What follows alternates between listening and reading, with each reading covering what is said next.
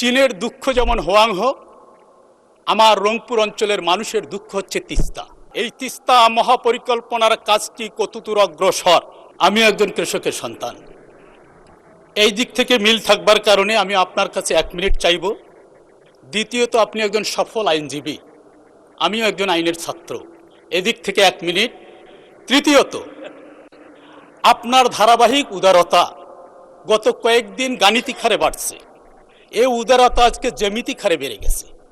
সেই জ্যামিতিক হারে আমার সময়টা 5 মিনিট থেকে আমি 10 মিনিট চাই মাননীয় স্পিকার।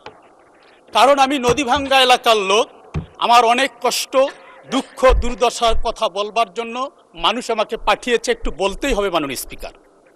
মাননীয় স্পিকার, আমি 2 মিনিটের নোটিশের 2 মিনিটের কথার সুযোগ পেয়েছিলাম, সেই দিন আমি তিস্তার কথা বলেছিলাম।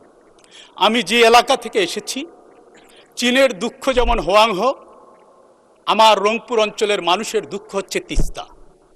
তিস্তা নিয়ে কথা হয়েছে, আর তিস্তার কথা মনে পড়লেই মনে পড়ে মাননীয় মন্ত্রী অধ্যক্ষ আসাদুল হাবিব দুলু।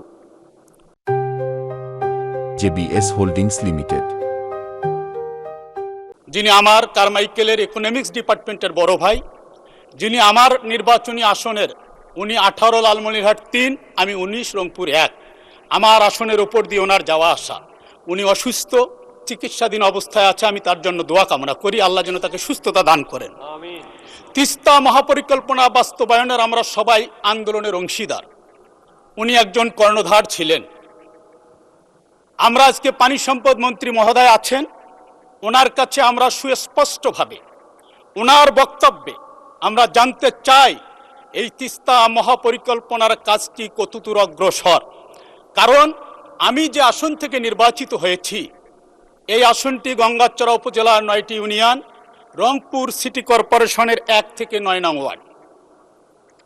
আমার উপজেলা, যেটি 7টি ইউনিয়ন তিস্তা তীরবর্তী, মর্নিয়া থেকে নোহালি পর্যন্ত 23 কিলোমিটার নদী ভাঙ্গনের মুখে পড়েছে। ইতিমধ্যে আমি এটার আবেদন জমা দিয়েছি, মন্ত্রী মহোদয় সুপারিশ করেছেন, এটা প্রক্রিয়াধীন আছেন।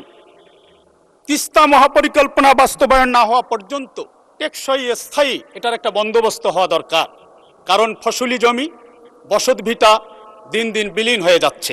মাননীয় স্পিকার, আমার এলাকার মানুষ অনেক প্রত্যাশা নিয়ে পাঠিয়েছেন। আমি প্রথম দিনের বক্তব্যে বলেছিলাম 38 বছর পর তাদের জন্মসূত্রে সন্তানকে পাঠিয়েছে। এর পেছনে একটা লজিক্যাল হিস্ট্রি আছে। মাননীয় স্পিকার, ওই আসনে 38 বছর যারা প্রতিনিধিত্ব করেছে, তারা জন্মসূত্রে কেউ ওই মাটির সন্তান ছিলেন না, বাইরে থেকে নিয়ে যাওয়া হয়েছিল। ডিউ রেসপেক্ট, আমি তাদেরকে সম্মান রেখে বলছি, তারা কাজ করেছে, কিন্তু জন্মসূত্রে ছিলেন না। তবে একজন ছিলেন 24-এর দামি নির্বাচনে, সেই সংসদের হায়াত বেশি দিন ছিল না।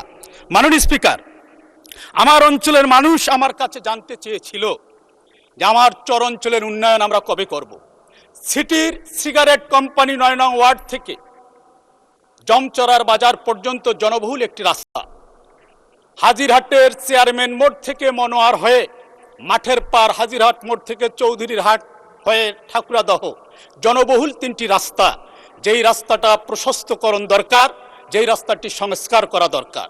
আমার একটি হাসপাতাল, উপজেলা স্বাস্থ্য কমপ্লেক্স আছে, সেখানে অ্যাম্বুলেন্স নেই, ডিজিটাল এক্সরে মেশিন নেই, পরিচ্ছন্ন কর্মী নেই। আমার এলাকার কৃষকদের আহাজারি, আলুর দাম তারা ন্যায্য মূল্য পাচ্ছে না। পাম্পের সামনে কাতারে কাতারে হাজারে হাজারে মানুষ, তেল নাই, ঘন্টার পর ঘন্টা জীবন থেকে অসংখ্য সময় চলে যাচ্ছে। এটি সিন্ডিকেট নাকি সংকট? এটির একটা সমাধান হওয়া দরকার।